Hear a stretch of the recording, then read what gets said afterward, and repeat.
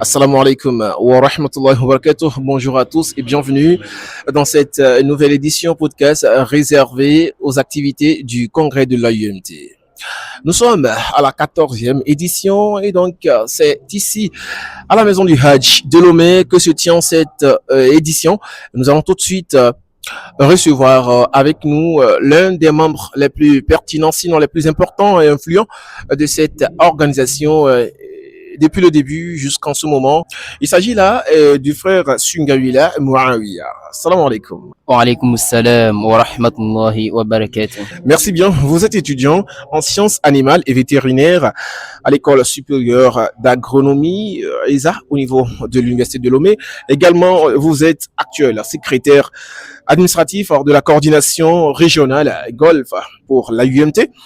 Et vous êtes également chargé de la logistique du comité d'organisation de cette 14e édition du congrès statutaire de l'AUMT et sur le site, sinon ici, au niveau de la maison du Hajj de Lomé.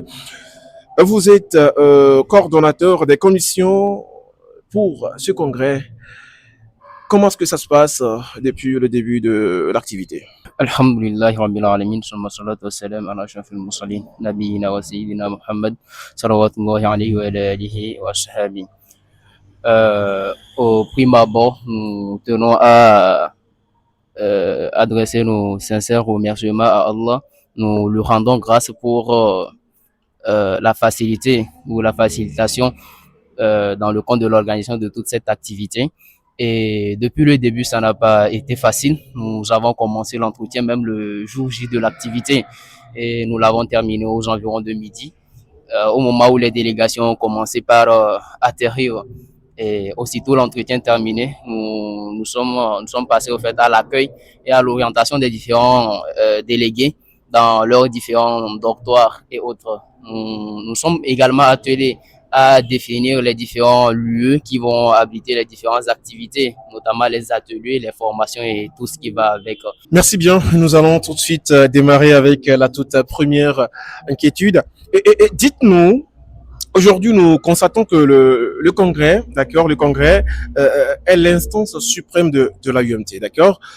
Qu'est-ce qu'on peut, en fait, à quoi l'on peut s'attendre à la fin de sa tenue? Comme vous avez su bien le dire, il s'agit de l'instance suprême de l'association et donc c'est l'instance où se prend les plus grandes décisions de cette association. Donc à l'issue de ce congrès, nous faisons avant tout un bilan de tout ce que nous avons eu à exécuter durant les 2 années qui sont écoulées. Et de ce bilan, maintenant, nous allons voir, en fonction de ce que nous avons défini au préalable, quelles sont les nouvelles orientations, les nouvelles perspectives à prendre, question de mieux nous diriger vers notre objectif, notre but ultime. Inch'Allah. Habituellement, nous constatons que il y a quand même des rapports que les gens font. Sinon, les bureaux, plutôt, je vais parler directement de des grands décideurs, sinon du haut niveau en fait. Je parle des 3C, du Ben et autres, quoi. Vous voyez, le CA, quelque chose comme ça. Alors, comment ça se passe? Alors, les rapports là, ce qu'on fait au niveau de l'AG, est-ce que c'est différent de ce qu'on fait au niveau du congrès ou comment ça se passe concrètement? Ok. Bon, je crois que je peux me permettre de résumer votre question. Quel est le lien ou la différence entre l'AG et le congrès? Eh ben, voilà, prenez ça quand vous voulez. Moi, je veux juste les éléments de réponse, hein. D'accord. Donc, enfin, nous pouvons en fait dire que l'AG, c'est une instance de décision suprême, également comme le Congrès, jusque le bilan se fait sur une année. Par contre, au niveau du Congrès, le bilan se fait sur 2 ans. Et à l'AG, nous n'adoptons rien. Nous n'adoptons rien en ce qui concerne les grandes décisions. Lorsqu'il s'agit en fait de revoir nos orientations, de revoir les activités de notre plan de travail annuel, de revoir les statuts et règlements intérieurs, nous prévoyons juste de venir adopter cela à l'occasion du congrès. Mais à l'âge, nous n'adoptons pas, nous commençons déjà à réfléchir sur les questions. Et au congrès, nous adoptons quelque chose de concret et nous intégrons les modifications, les nouvelles perspectives. C'est un peu ça. Merci bien. Alors, c'est au cours de quelle activité on constate le nouveau Amir? C'est au cours du congrès, bien évidemment. D'accord. Merci bien. Maintenant, dites-nous, l'AUMT aujourd'hui compte plus de 4000 personnes, hein, si on veut considérer ceux qui sont ici ou ceux qui sont au niveau de la diaspora. Voilà. Nous sommes très nombreux, d'accord. en matière, d'accord, de recevoir les gens, sinon en ce qui concerne les participants, d'accord, du congrès, ce congrès, d'accord, qui ont été ceux-là qui ont eu le visa de pouvoir y participer. En ce qui concerne ce congrès, en fait, tous les organes sont quand même représentés. Pas tous les AEMTistes qui sont présents, bien que ça concerne tous les AEMTistes, mais ce ne sont pas tous les AEMTistes qui sont présents. Ce sont des délégués par les différents organes qui ont été représentés.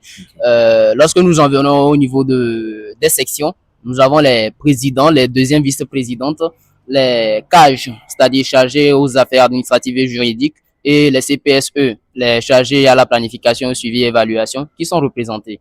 Lorsque nous revenons à l'échelle de la coordination, nous avons le coordinateur, la coordinatrice et le chargé au suivi et évaluation qui seront représentés. Et le bureau exécutif national étant l'organe suprême de décision et le conseil d'administration également étant les conseillers qui sont là pour orienter le bureau exécutif national dans ses prises de décision sont d'office présents. Et également les 3C qui sont censés aussi présenter les rapports de tout ce qu'ils ont eu à effectuer sont également des invités de ce congrès ou des concernés, autant pour moi. D'accord, je vois. Alors, comment ça se fait, parlant des organes de la UMT, est-ce qu'il y a vraiment une communication fluide? Est-ce que si quelqu'un est au niveau de la section, d'accord, est-ce qu'il a quand même cette possibilité de pouvoir agir directement avec ceux de la coordination, ceux de la coordination, est-ce qu'ils ont quand même ce faveur-là de pouvoir aller directement au niveau du bureau national, ou comment ça se fait au fait? En fait, le rapport entre les organes. Absolument. Je crois qu'avant de parler de la question du rapport entre les organes, il faudrait au fait qu'on puisse citer ces organes de façon hiérarchique. Cela ne veut pas dire au fait qu'il y a un organe qui est en bas et l'autre en haut, mais bon, on a quand même besoin de cette verticalité-là pour pouvoir s'organiser mieux. Donc, nous avons les sections, ensuite vient les coordinations, ensuite vient le conseil sectionnel et vient ensuite le bureau exécutif national, après le CA. C'est bon. Et donc, pour les différentes communications qui se passent entre ces organes, la communication se fait lorsque elle doit être ascendante, elle se fait directement avec l'organe qui est hiérarchique, l'organe qui est directement supérieur à nous. C'est l'organe qui est directement hiérarchiquement supérieur à nous. C'est à elle que nous nous adressons. C'est-à-dire, lorsque la section a un problème, un souci ou un besoin, il s'oriente directement vers la coordination. Et lorsque la coordination a un souci, il s'oriente directement vers le bureau exécutif national. C'est ainsi que ça se fait. Mais une section ne peut pas avoir de problème qu'il pense que c'est le bureau exécutif national qui est le mieux placé pour résoudre et s'adresser directement au bureau exécutif national. Il se doit de passer forcément par la coordination. Donc, je devais quand même apporter cette précision pour clarifier un peu. D'accord, merci beaucoup. Mais de l'autre côté, oui. Lorsque la communication veut se passer de manière descendante, voilà, il y a cette procédure hiérarchique aussi qui se respecte quand même, mais on ne peut pas empêcher à l'AMIR de discuter avec un président de section. Donc, vous comprenez ce que je veux dire par là, voilà. Donc, le bureau exécutif national a quand même ce pouvoir de discuter directement avec une section, mais bien évidemment en informant quand même la coordination, question qu'il soit quand même informé qu'il y a quelque chose qui se fait. C'est un peu ça. D'accord, merci beaucoup. Mais au cours de ce congrès, est-ce qu'il y a quand même une forte présence des conseillers? Bon, la présence, je dirais qu'elle est relativement forte. Elle est relativement forte en ce sens où nous n'avons pas invité tous les conseillers. Les conseillers aussi se sont fait représenter. C'est un conseiller par section. Et donc, nous devons normalement d'avoir 43 conseillers, mais nous avons environ les 50%. Il n'y a pas de souci. Hein. Je pense que d'ici là, nous allons quand même essayer d'avancer. Et lors du prochain numéro, Inch'Allah, on va revenir sur cette question de conseiller avec un membre de CA qui va lui être vraiment dans cette peau de conseiller et avec comment ça se fait avec les rouages et autres là pour plus nous donner de l'éclairage. Maintenant, dites-nous, c'est quoi les activités au sein de ce congrès? Comme les activités qui sont abritées par ce congrès spécifiquement, comme dit préalablement, c'est une instance de décision et donc on ne peut pas prendre de décision sans avoir fait de bilan. Donc il y a d'abord les rapports des différents organes, notamment le rapport d'activité, le rapport financier du bureau exécutif national, ensuite les rapports du conseil d'administration les rapports des 3C, les commissariats centrales aux comptes qui seront présentés et amendés en quelque sorte. Et ensuite, il y a également les ateliers qui seront animés, question de savoir quelle perspective prendre pour l'avenir relativement à nos textes et en tout cas nos plans stratégiques, politiques générales. Il y a également les formations. D'accord, j'avoue que la question de l'atelier me ramène dans les années 2012. En ce temps-là, il y avait un ami à côté de moi qui me demandait, d'accord, en fait, atelier, c'est atelier de couture ou c'est atelier de, voilà. En fait, c'est quoi en fait? Atelier, oui, mais il s'agit de quel atelier ici? Est-ce qu'on forme les gens dans l'atelier ou c'est quoi concrètement? Ok. Je crois qu'à cette question, je me dois de vous expliquer quand même que l'association a des textes. D'accord. Et lorsque je parle de textes ici, il y a des textes qui définissent la manière dont nous allons travailler. Il y a les textes qui définissent également les règlements, c'est-à-dire les lois. Qu'est-ce que nous devons faire, qu'est-ce que nous ne devons pas faire, quel est le pouvoir de qui, à quelle est la limite de ce pouvoir, voilà. Donc, dans les ateliers, c'est de ces questions-là que nous discutons. D'accord. Est-ce que telle décision que nous avons eu à prendre et que nous avons mentionnée dans nos règlements et statuts peut être toujours valable face à telle difficulté que nous commençons par rencontrer? Est-ce que telle stratégie que nous avons eu à définir, question de pouvoir parvenir à notre objectif, nous permet vraiment d'aller vers cet objectif-là? Donc, ce sont de ces questions que nous discutons au cours de nos ateliers. D'accord, merci beaucoup. Et avant de vous laisser partir, je voudrais quand même me rassurer que voilà, les congressistes avancent à pas rassurant et qu'il n'y ait pas de soucis. Ou bien depuis le début, il y a quand même il y a quelque chose. Ou bien comment ça va? Oh, mais je crois que dire qu'il n'y a rien, c'est mentir, c'est se voiler la face. Cela ne veut pas dire aussi qu'il y a quelque chose de si grave, mais il y a quand même quelques petites difficultés qui ont été remarquées. Donc, nous avons en tout cas eu l'aptitude de gérer de la manière dont nous pouvons, relativement à la gestion des congressistes, leur attitude face à l'équipement qu'on a mis à notre disposition et tout ce qui va avec. D'accord. Alors là, devant vous, vous nous lancez un message à l'endroit des autres qui nous suivent. À tous les AEMTistes qui n'ont pas eu la chance de prendre part à ce congrès, mais qui sont quand même fait représenter. Comme dit préalablement, le congrès, c'est une instance de prise de décision et c'est d'ailleurs l'instance suprême de prise de décision. Et donc, nous allons en fait vous demander humblement de ne pas manquer d'invoquer pour nous dans vos différentes prières, question que nous puissions être le plus orientés possible et nous orienter vers les meilleures décisions que nous puissions prendre pour notre structure. Merci beaucoup. Et voilà, merci. Je crois que quelque chose m'a échappé, c'est la question des partenaires. Comment vous avez eu l'idée?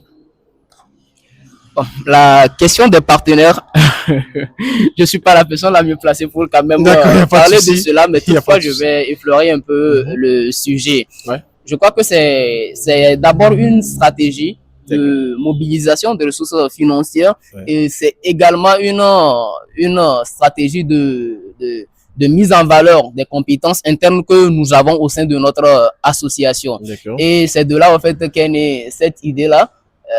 Plus spécifiquement ou plus précisément de la part de notre conseiller Afouane Arafat Ahmed qui nous a suggéré de signer des partenariats avec les membres internes de l'association qui sont toujours là pour militer ou qui ne sont pas là pour militer également. Et Inch'Allah, je pense que cette idée a été vraiment la bienvenue parce que là, vous allez voir que déjà aujourd'hui, en ma personne, d'accord, Fazazi Taïrou, ancien directeur de la communication et relations extérieures de la UMT, aujourd'hui CEO de FHT, c'est-à-dire Faz High Tech.